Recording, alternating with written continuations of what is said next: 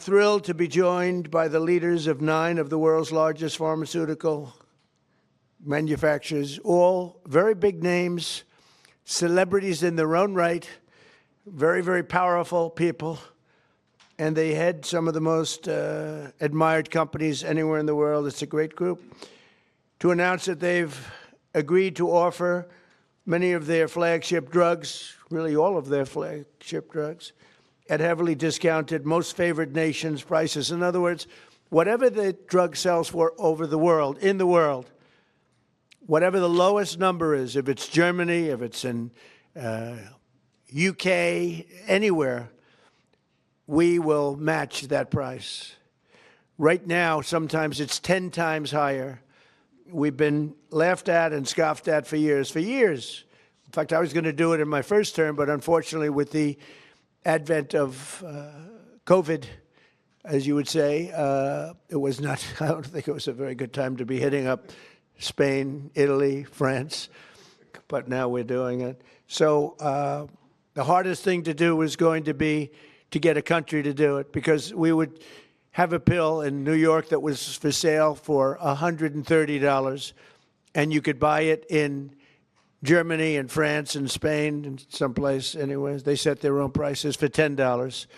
So we'd pay 10 or 13 times more, pay 5 times more, pay all different prices. Now, whatever the lowest price is. Now, the pharmaceutical companies were difficult, but they also love our country. They knew it was unfair. And they were great. I appreciate it. But the bigger problem was going to be the countries. How are you going to get the countries to do it? And we told them, if you don't do it, we're going to have to use tariffs, and we're going to charge you a 10% tariff, which is far more money than the money we're talking about. And they immediately agreed to do it. So we have all the foreign countries agreeing to do it. If we didn't have the use of tariffs, we would never be able to do this. But we used tariff, and they said, is it a threat? I said, yes, it is a threat. Then they said, we will do it. And they dropped the price. So what's happening, because the world is bigger than the United States in terms of people, that same pill would go from $10 to $20 for them, which is an increase, but it wouldn't go to, midway. But it would go from $10 to $20. Ours would go from $130 to $20. So we dropped way down. They went up a little bit. And everyone knows it's the way it is. They, for years, would just say, no, no, no, as medicine got more expensive for us, it would stay. They said, nope, you can't sell it in this country. Let the United States pay. And we had other presidents, all of them, said, okay, we'll pay. So we were subsidizing the entire world. We're not doing it anymore.